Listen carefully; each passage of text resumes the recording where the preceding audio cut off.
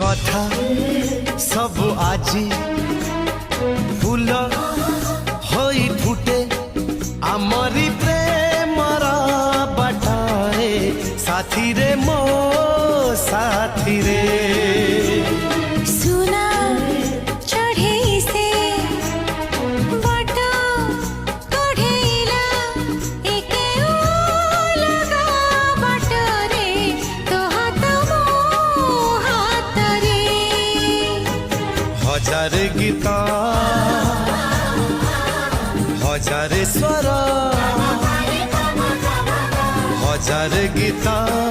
हजार स्वर हजार इंद्र धनु आजी आंकी देली